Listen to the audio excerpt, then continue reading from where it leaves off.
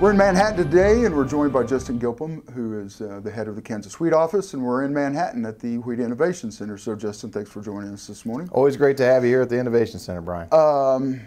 New number, 335 million bushels, up from the 314 from July crop condition report. It's got to be encouraging news.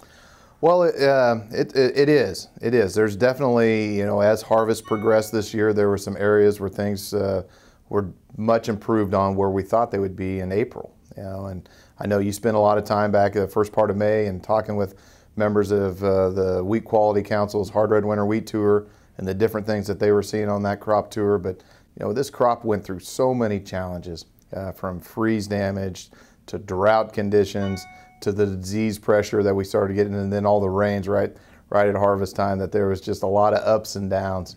And we knew things were starting to improve from that early estimate.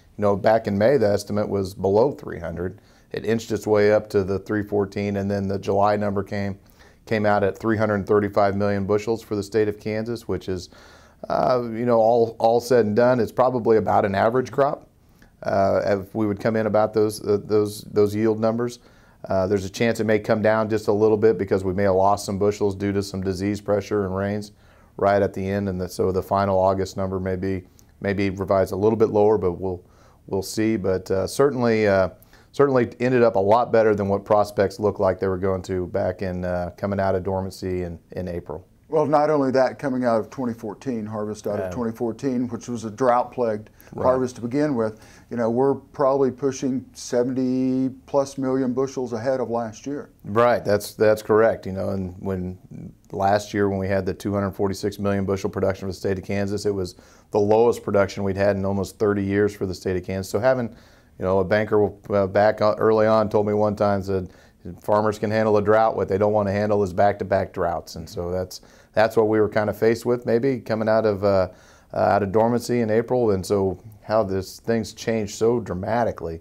just weather conditions, the crop really responded with the rains and with the yield prospects, and there was some really, the crop was late enough that it was able to benefit from a lot of those rains out west, but the central and eastern part of the state really actually kind of started to deteriorate a little bit because of those rains and the disease pressure that came in. Well, not only that, but most guys are going to come back and maybe double crop on top of that. So did you have any acres that were just lost? We've got a double crop and we're not going to cut it? Well, there was definitely some acres that didn't get cut, especially where we had pockets of some head scab that really came in, and there were some varieties that were really susceptible to head scab, and so farmers went ahead and got those adjusted and didn't cut those, and so those were kind of southeast Kansas, northeast Kansas, and then there were certain circumstances where farmers did cut that and harvested those when had it tested for DON levels.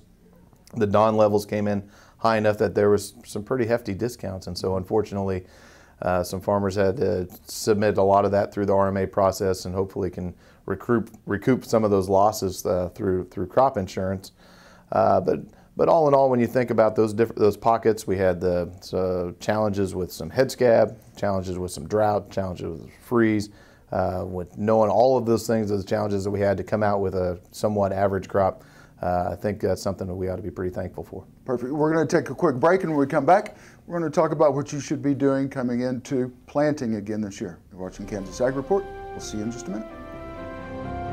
This segment brought to you by Kansas Regenerative Medicine Center. Your stem cells, your health, your life. Farmers Insurance, your best protection against the unexpected. Call Agent Dan Key at 785-408-5459. Grass and Grain, online or in the mail, keeping Kansas farmers informed for over 60 years. grassandgrain.com. Blue River Traders, the finest selection of Western-style furniture for your home. BlueRiverTraders.com.